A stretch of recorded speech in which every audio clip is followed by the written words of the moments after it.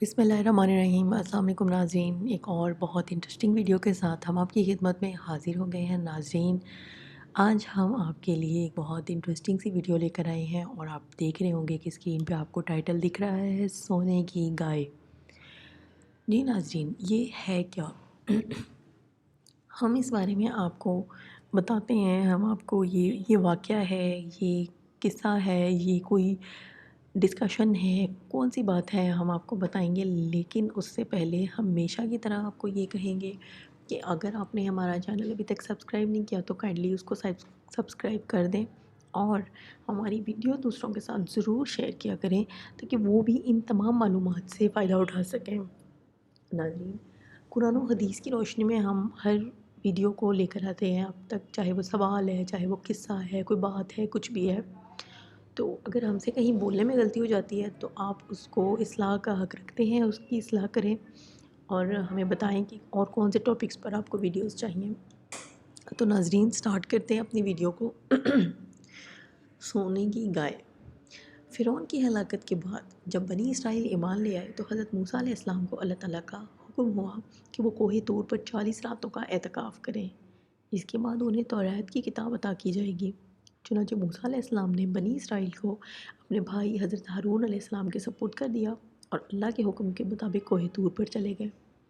जिन दिनों हज़रत मूसा अलैहिस्सलाम कोहे तूर पर मोतकिफ़ थे, बनी इसराइल में सामरी नामी एक गुमराह शख्स ने आपकी गैर मौजूदगी को गनीमत जाना और ये फितना पैदा कर दिया कि इसने फ़िरौनियों के ज़ेवरात जो बनी इसराइल के पास रह गए थे उन्हें जमा करके उस पर एक मुट्ठी वो खाक डाल दी जो इसने हज़रत जिब्राईल अलैहिस्सलाम के घोड़े के कदमों के नीचे से उठा ली थी। अल्लाह की कुदरत से वो सोना गलकर एक गाय के बछड़े में तब्दील हो गया। चूँकि गाय का ये जिस्म खोखला था, इसमें से आवाज़ भी आने लगी जो हूबहू गाय की आवाज़ थी। सामरी ने बनी इसराइल को बहकाया कि तुम्हारा खुदा तो यही है, लिहाजा तुम लोग इसी की इबादत करो। सामरी की इस तकरीर से बनी इसराइल गुमराह हो गए। इस गाय की आवाज़ सुनते ही नाचने लगते और इस पर रीझ गए। सामरी ने कहा, अल्लाह तो यही है, इस बछड़े को पूजो।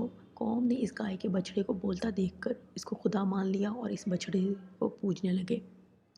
हज़रत मूसा अलैहिस्सलाम अल्लाह के हुक्म से अपनी कौम का ये कुफ्र मालूम हो चुका था, इसलिए सख्त गज़ब और जलाल में वापस आए और फरमाने लगे, तुमने तो मेरे बाद सख्त नालायकी की, तुमने मेरा इंतज़ार भी ना किया, मेरी ज़रा सी तख़ीर में ये जुल्म ढाया। आपने जोश और गज़ब में अपने भाई हारून अलैहिस्सलाम की दाढ़ी और सर के बाल पकड़कर घसीटना और मारना शुरू कर दिया और फरमाने लगे कि तुमने इन लोगों को इस काम से क्यों नहीं रोका? क्या तू भी मेरे फरमान को मुनकर बन गया है? इस पर हज़रत हारून अलैहिस्सलाम ने जवाब दिया कि भाईजान, मेरे सर और दाढ़ी के बाल ना पकड़ें, मैंने तो हर मुमकिन तरीके से इन्हें रोका। ज़्यादा इसलिए नहीं उलझा कि कहीं आप ये ना फरमा दें कि तूने बनी इसराइल में तफरीक डाल दी। तूने मेरा इंतज़ार क्यों ना किया, वरना मैं तो अब तक ज़मीन को पाक कर चुका होता। उन्होंने तो मुझे कुछ भी ना समझा, बल्कि मेरे कत्ल के दर पे हो गए। आप मुझे इन्हीं की तरह ना समझें, ना इनमें मिलाएं।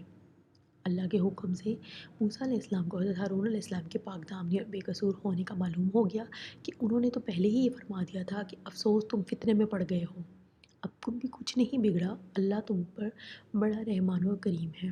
तुम मेरी बात मान लो और फिर से ताबेदार बन जाओ। तो हज़रत मूसा अलैहिस्सलाम का गुस्सा ठंडा पड़ गया और उन्होंने अपने भाई हज़रत हारून अलैहिस्सलाम की रहमत और मग़फ़िरत की दुआ फरमाई और उस बछड़े को तोड़ फोड़ कर जलाकर रेज़ा रेज़ा करके दरिया में बहा दिया। इस वाक़ये से हमें सबक क्या मिलता है कि उलमा कराम को कभी भी मज़हब के मामले में अवाम की तरफ से गाफिल नहीं रहना चाहिए, बल्कि हमेशा अवाम को मजहबी बातें बताते रहें। जिस तरह सामरी ने हज़रत मूसा की गैर मौजूदगी से फ़ायदा उठाकर सारी कौम को बहकाकर गुमराह कर दिया, इसी तरह अगर उलमाए कराम अपनी कौम की हदायत से गाफिल होंगे तो बदमज़हबों को मौका मिल जाएगा कि वो लोगों को गुमराह करें।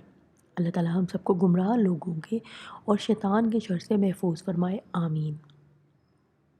तो नाज़रीन, उम्मीद करते हैं आपको ये वाक़या अच्छा लगा होगा और आपको समझ भी आ गया होगा कि इबादत के लायक सिर्फ़ एक ज़ात है और वो है हमारे अल्लाह की।